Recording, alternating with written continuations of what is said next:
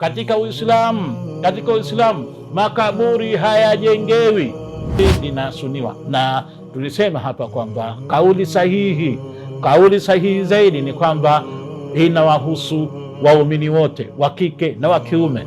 Huyu hatopata malipo yote katika akhira. Allah subhanahu wa ta'ala atampa malipo yake hapa katika ulimwengu.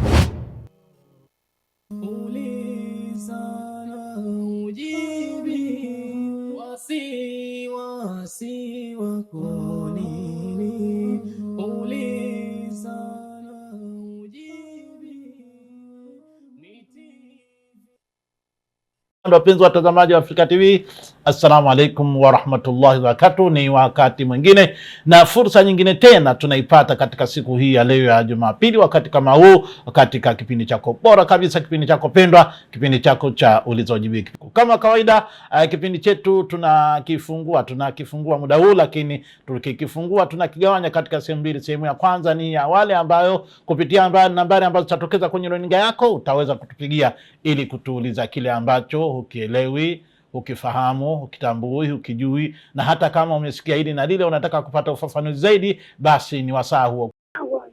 Swali langu ni hivi: kwa mfano mimi ninajua, kwa mfano mtu kama anaumwa, labda kwa mfano kama kabla Ramadhani au ndani ya Ramadhani, maana yule mtu aliyeumwa alafu baada ya Ramadhani ilipoishi akapona, alafu akatembea hakufunga, mauti ukamchukua, yule ndo najua analipiwa. Lakini sasa napojua mimi yule ambaye anaumwa labda kabla Ramadhani au ndani ya Ramadhani, lakini mauti, ugonjwa ule ukamchukua kama Ramadhani kaisha, hakupona, na Allah akamfanyia akamchukua katika, hakuwa tena mtu wa kupona duniani, akafa.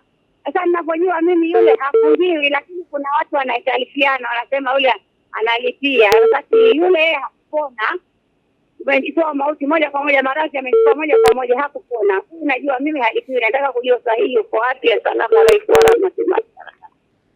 Swali langu bwana, kuna mtu ambaye hana dini, lakini mtu huyu anafanya mema sana, anatoa sadaka, anajitolea katika mambo muhimu, lakini hana dini, alafu pia ni maskini. Huyu mtu akifa anakuwa sehemu gani? Na nitaka nijue, nikienda pale kwenye makaburi, tukua watu wawili tumekwenda kuzuru kwa nidhamu zote za kuzuru makaburi, tukafika, tufanye nini?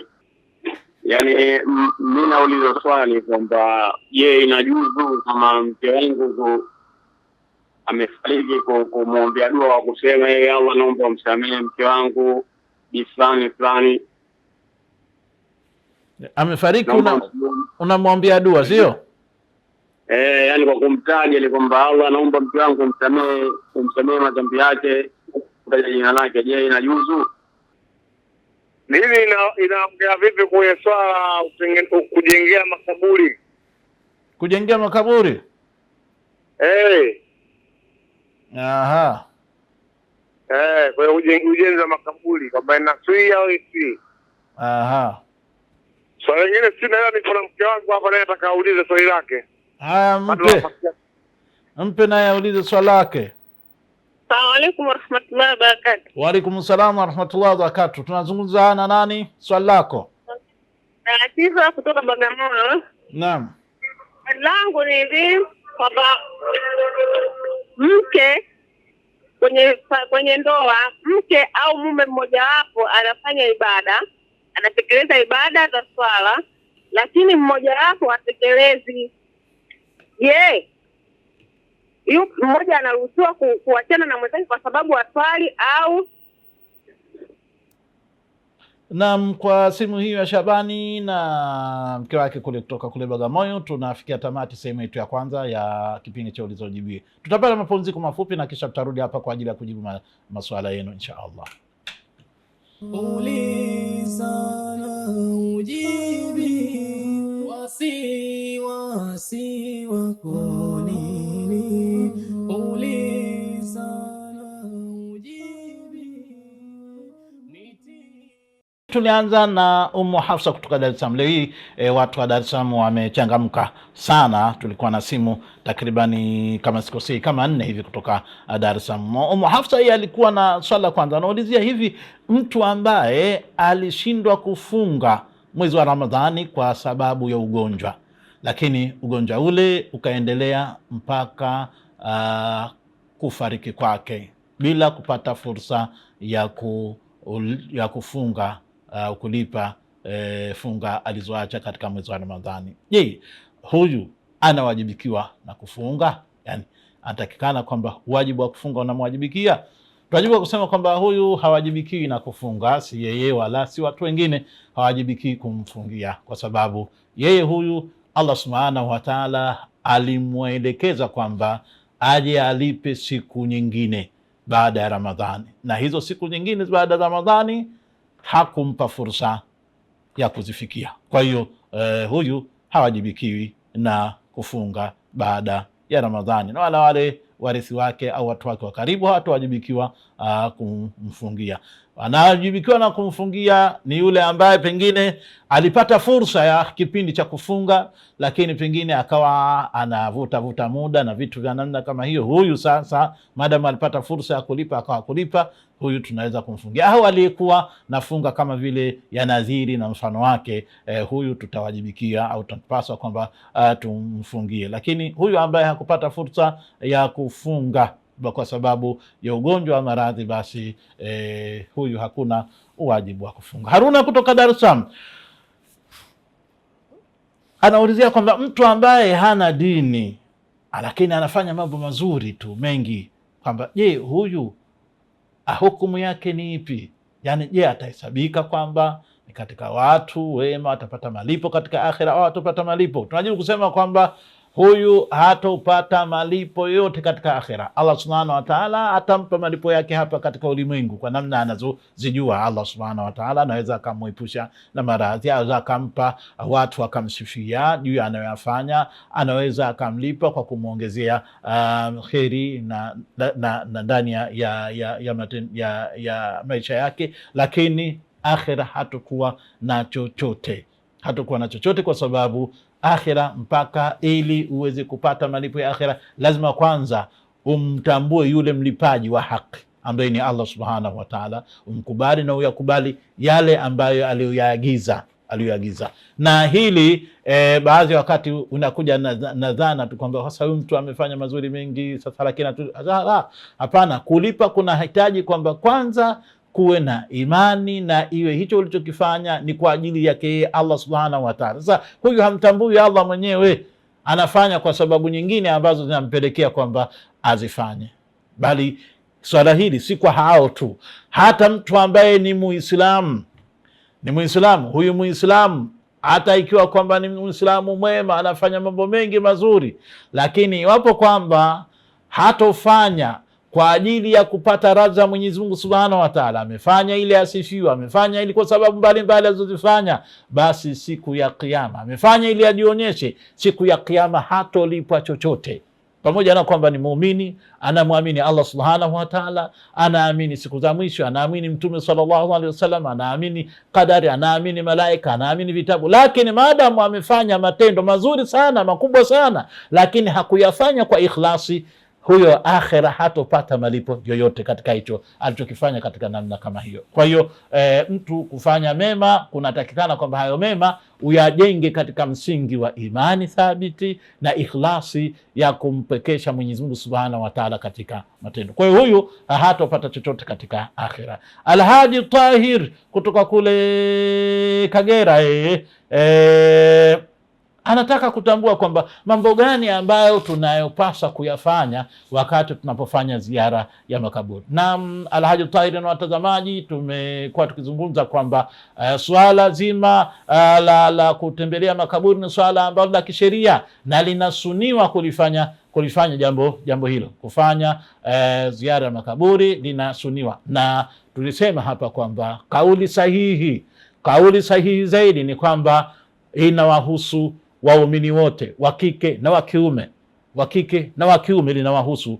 Hii ndio kauli sahihi zaidi katika kauli za wanawazuoni. Kwa hiyo ni swala ambalo kwamba la kisheria.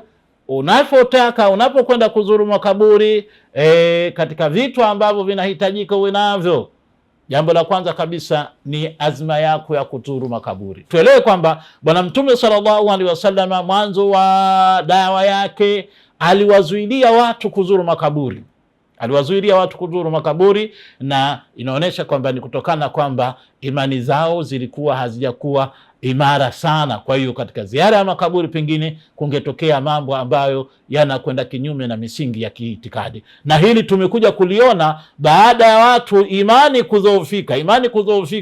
Leo hii kuna watu wanazuru makaburi, wanafanya mambo ya ajabu kabisa, wanayafanya. Kwa hiyo nimekuwa na karibuni hivi na ziara za kidawa katika maeneo ya Bagamoyo. Basi unapata taarifa kuhusiana baadhi ya maeneo kule, maeneo ya kihistoria, watu wanafanya mambo ya ajabu mno katika maeneo yale, yanafanya maneno ya ajabu kabisa. Sasa Mtume sallallahu alaihi wasallam alizuia hatua za mwanzo kabisa watu kuzuru makaburi, lakini baadaye akaruhusu na akaelezea kwamba kuzuru makaburi kunatakikana kwamba unachokipata katika kuzuru makaburi, katika vitu muhimu unavyovipata ni kukumbuka akhera, ili wewe ujiandae nayo. Kwa hiyo unapokwenda katika kuzuru makaburi, hudhurisha hili la kukumbuka kwamba haya leo hii nazuru makaburi na wazuru waliotangulia makaburini, lakini kesho na kesho kutwa mimi ndiyo nitakayekuwa hapa. Kwa hiyo inanipasa mimi kujiandaa kwa ajili ya kuingia katika maisha haya barzakh ambayo kila mmoja wetu atayapitia. Kwa hiyo hili ni jambo la kwanza. Kwa hiyo kwanza kabisa ni kusudio la kwenda kuzuru, ni kutekeleza sunna hii, lakini sunna hii ikiwa na lengo la kukukumbusha wewe akhira. Jambo lingine ambalo unatakikana unapokwenda katika kuzuru makaburi, unapofika ni kuwatolea salamu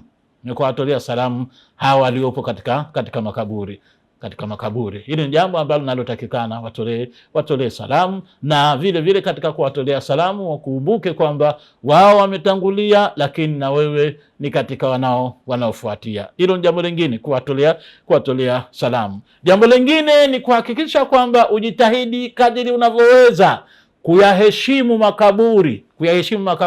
Ukumbuke kwamba haya makaburi yanapasa, hao waliomo makaburi wanapasa kuheshimiwa kama ambavyo wangeheshimiwa katika maeneo waliokuwa wakiishi. Hivyo wanatakana kuheshimiwa katika maeneo haya. Jitahidi kukwepa kukanyaga maeneo ya makaburi haya. Jitahidi kukwepa kuyakalia makaburi haya na vitu vya namna kama hiyo. Jambo lingine linalotakikana ni kuwaombea dua. Mwenyezi Mungu Subhanahu wa Ta'ala awasamehe makosa yao. Hivi ni katika vitu ambavyo vya msingi vinavyotakikana kuvihudhurisha wakati wa kuzuru makaburi. Ama suala sasa la kuweka utaratibu wa kufanya mambo fulani, kusoma Qur'ani, kusoma tahlili, kufanya vitu vya namna kama hivi, haya ni mambo ambayo kwamba tuyaweke pembeni, kwa sababu hatuna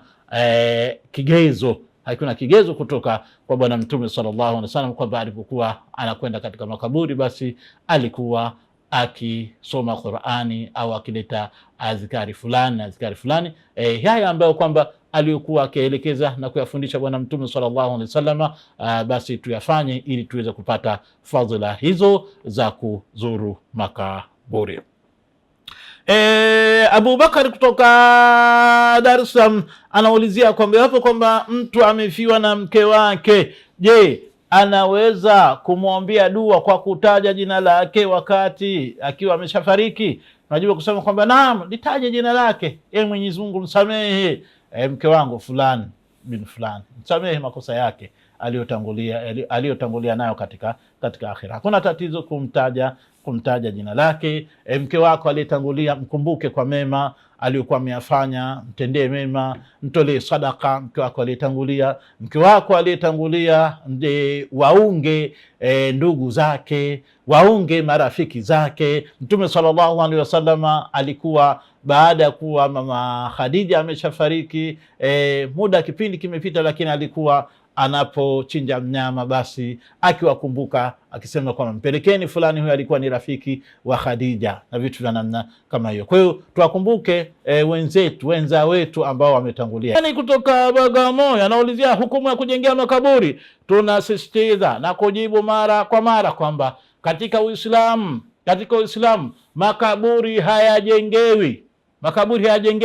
Halijengewi kaburi la mtukufu wala mtu ambaye kwamba si mtukufu. makaburi yote Mtume sallallahu alaihi wasallama alipeleka ujumbe wa watu madhubuti kabisa, kina Saidina Ali radhiallahu anhu akiwataka kwamba waonga wapitie na kaburi lolote lile watakalolikuta kwamba limenyanyuliwa basi walibomoe, waondoshe huko kuliko kunyanyuliwa. Kaburi alipasi kwamba bahati mbaya leo hii Waislamu ambao tumekuwa tukiiga kutoka kwa watu wengine, badala ya kwamba watu wengine ambao hawana mwongozo watuigize sisi wenye miongozo, leo hii sisi tumekuwa kumwingi. Leo hii unakuta kwamba huoni tofauti makaburi ya Waislamu na makaburi ya makafiri, huoni tofauti yoyote. Na hii ni baada ya kuwa Waislamu wamekuwa waigaji. Leo hii sasa hivi tulikuwa tunajengea tumeweka vibao, baadaye tukaanza kujengea, baadaye sasa hivi makaburi ya Waislamu yanawekwa marumaru, yanaitwa tarazo na vitu vya namna kama hii.